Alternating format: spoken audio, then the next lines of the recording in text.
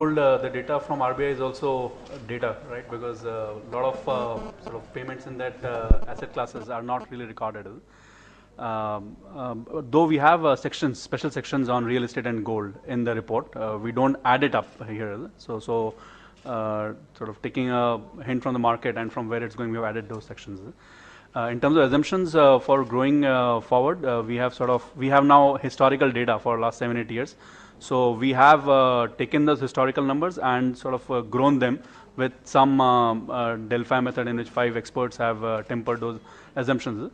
There are 2 parts roughly. One is the rate at which existing wealth is growing and the rate at which savings are getting added into the wealth pool.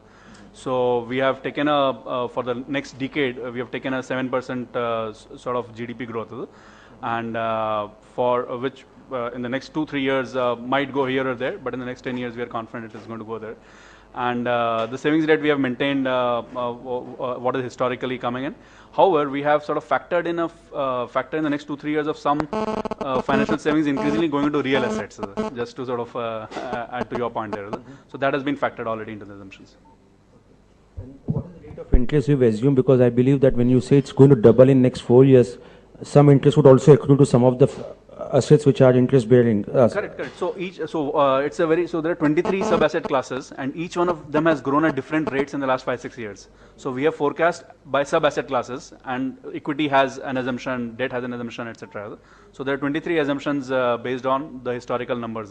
So each and every one has about a half page written in his sort of working notes. No, that will be too boring for most of the people. But no, I understand as far as the PPF is concerned, or national savings schemes are concerned. It's very easy to project what could be the accumulated savings at the end of 4 years, because there will be some interest would get accrued and which will get added. But new workers will be added. There's a lot of things here. New workers added, each and every coming. The working force is increasing. So each and every assumption has to be really looked at. That's true. What has been assumed on the equity side? That's what my question is. So equity side, I won't put a number FY12 here, FY13 here, obviously. But you saw the numbers, 25% asset class going to 28%. So we are sort of optimistic that in the next 3-4 years, the rates that we saw in the last 3-4 years is again going to be touched. But no FY13 numbers from me now, right now. No, sorry, come again, it's not very clear. What did you assume? No, the rates that we saw, in the last 7-8 years, so going for the 2003 to 2008 up and 2008 to 2012 down will get repeated over the next 10 years, the average rate.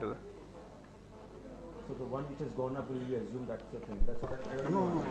We are assuming that, so we are not saying that we are picking up the bullish rate and just putting that in. So we have looked at the history. So the last 10 years average rate, we are assuming that that's going to continue again. So that takes the last 3-4 years rate as well. Okay, just for my academic purpose, how India's individual wealth has gone last 4 years? When we are looking at the next 4 years, can you just throw some lights how it is? Yeah, sure. It has doubled, and this is the last question so that we can move on, and we can have a separate data as well. So in the last 6 to 7 years, it has doubled, and now we are saying in the next 4 years it will double. Yeah. So that's the whole curve going up.